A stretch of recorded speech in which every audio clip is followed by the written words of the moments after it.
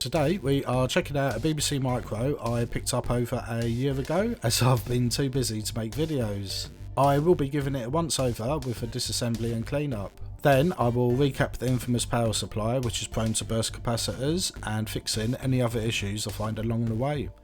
The BBC Micro is in very good condition.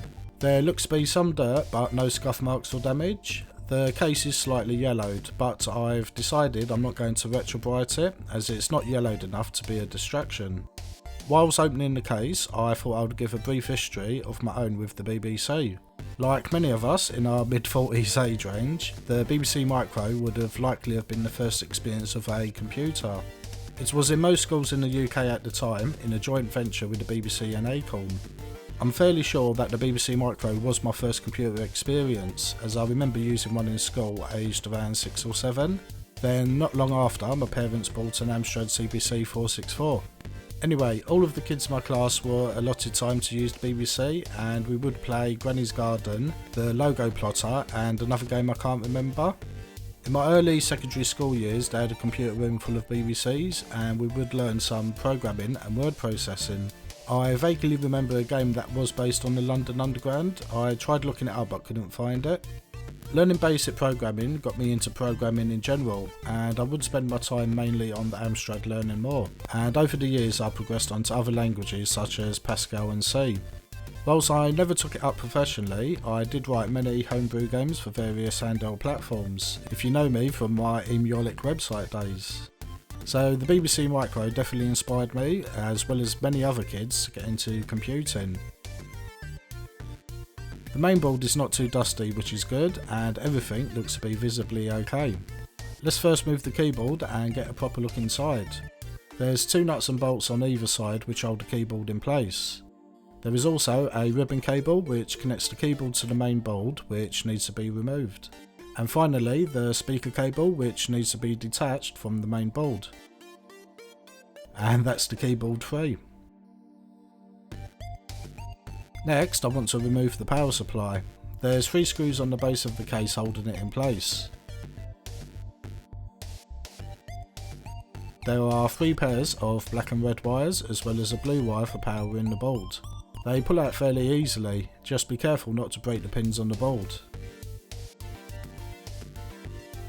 The power supply can now be removed and the lead and plug fed through the case.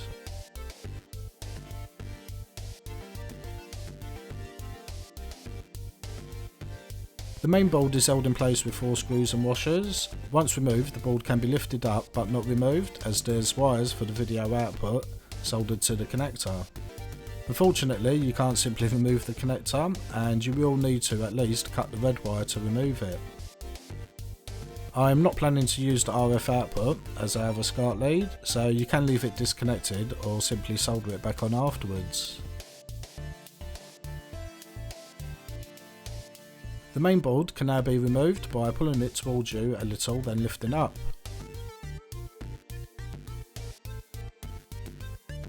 A quick check of the board shows everything to be in good condition. There are a couple of extra ROMs installed which are handy as it saves me buying them. The DFS and Turbo SPI ROMs will allow me to use a disk drive and micro SPI card, which I will show later. Time to get started on cleaning everything up now. The keyboard does not look to be too dirty and not much debris underneath, which is good. Either it was previously cleaned or the owner looked after it very well. The keys are fairly easily removed with a key puller. I haven't done this in a while, so it took a bit of getting used to again.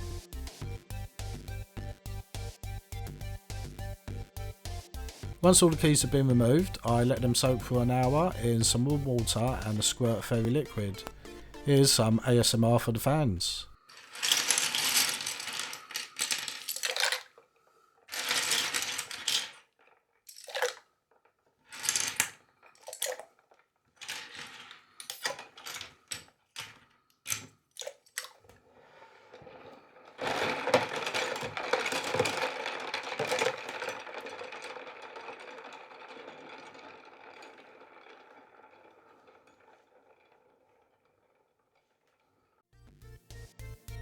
Whilst the keys are soaking, I continue with the rest of the keyboard. It is very clean compared to some keyboards I've opened in the past. I gave it a quick blast with the Compu Cleaner to remove any loose debris. There wasn't much to be fair. Then I spray some IPA over the keyboard and wipe it over with some cotton pads. It picks up a lot of dirt, which is a good result. I repeat the process again for any dirt I've missed and we are done.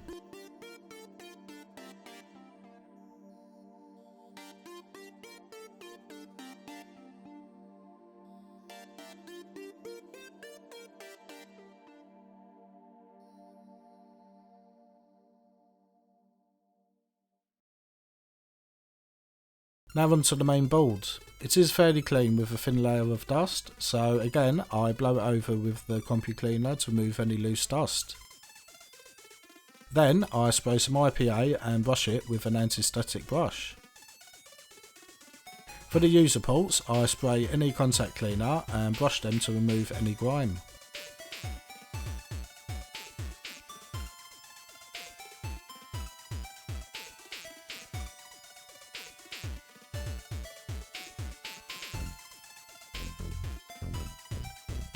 The keys have had a good soak in, so it's time to wipe and dry them off. Thankfully they are black keys and the text is not too yellowed. They clean up quite nicely, so I won't be retro brightening them. I let them dry naturally a little longer to ensure there's no water on the inside parts. And now to put all the keys back on the keyboard. I only managed to fuck up once, so that's not too bad.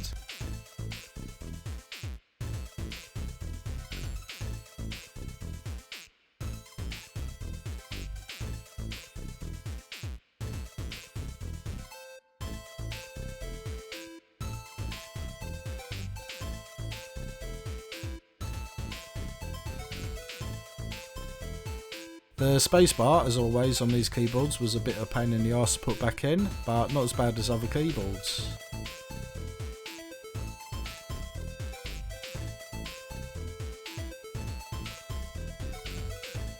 Off camera, I washed the top and bottom half of the case in some warm water and fairy liquid, trying not to damage any of the original stickers.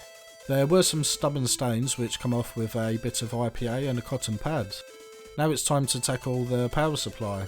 There are 3 capacitors in particular that are very prone to breaking. If you watch any other restoration videos for BBC, you will see some nasty leaks and corroded bolts. Thankfully the capacitors have not blown on this one, but I won't take my chances. I will replace them now rather than tempting fate by doing it later. Now it's time to put everything back together. This retro restore process is far faster when you're not wasting a couple of days to retrobrite cases and keys. I start with the main board, which slots back into place. I also reattach the black wire for the video output and will solder the red wire back on later. I haven't forgot about it. The newly capped power supply is next to be fitted. I put the power plug and cable back through the hole in the case and put the 3 screws to hold the case back in place.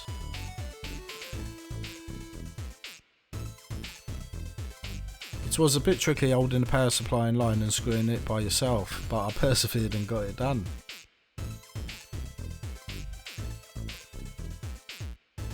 Next, the power cables need to be refitted onto the main board.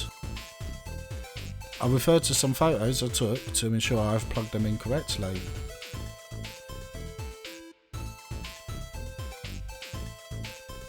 And now the keyboard can be fitted. Before that, I reconnect the speaker to the main board and reattach the keyboard data cable. Then the 2 nuts and bolts are put in place to keep the keyboard secure.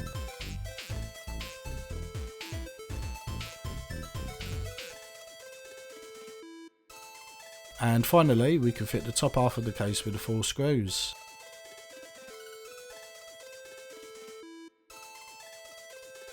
And I nearly forgot the BBC Micro plastic badge thingy to top it off.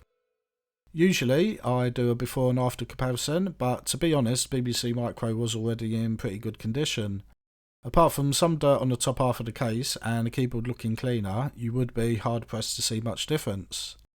So let's get this powered up and see if it works. I am using a RGB SCART cable which is connected to my OSSC, which outputs HDMI to my capture card and monitor. The BBC Micro beeps and I can see the LEDs lit up, which is a good sign. And we have video, although for some reason on my capture card it is slightly jumpy. I think the OSSC needs a little tweaking. I've tested the keyboard, which seems to be working, and also a quick check to see that the ROMs are present. Now for some fun stuff. We have a small gadget called a Turbo SPI. I believe there's other names for them such as Micro SPI. It is essentially a storage upgrade for the BBC, which allows you to store all of your BBC Micro games on a SD card. The Turbo SPI plugs into the user port on the bottom of the BBC Micro. There is a notch on the connector to be sure you are plugging it in the correct way.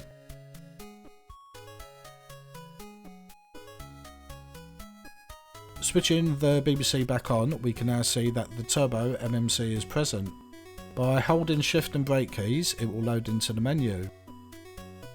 From here, you can navigate with the cursor keys and skip to a game with its respective letter of the alphabet. Let's load up the classic Arkanoid. Unfortunately, I do not have a joystick for the BBC, so I will be controlling it with the keyboards. Arkanoid loaded up near instantly, and we are straight into the game with no issues. The game looks great and definitely a lot like the teletext graphics I remember back in my school days.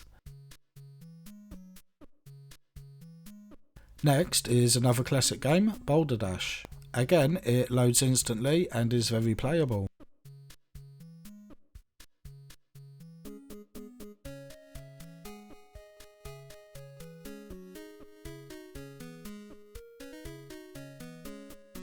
And another classic, Jet Set Willy. The graphics are decent, it reminds me of the Specky version but without the colour clash.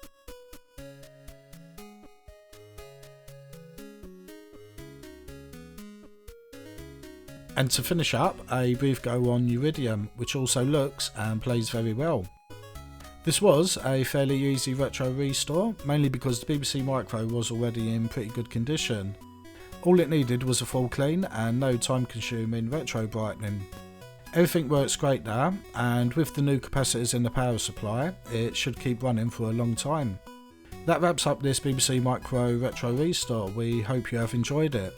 Thanks for watching, and don't forget to subscribe to keep up to date with our latest videos.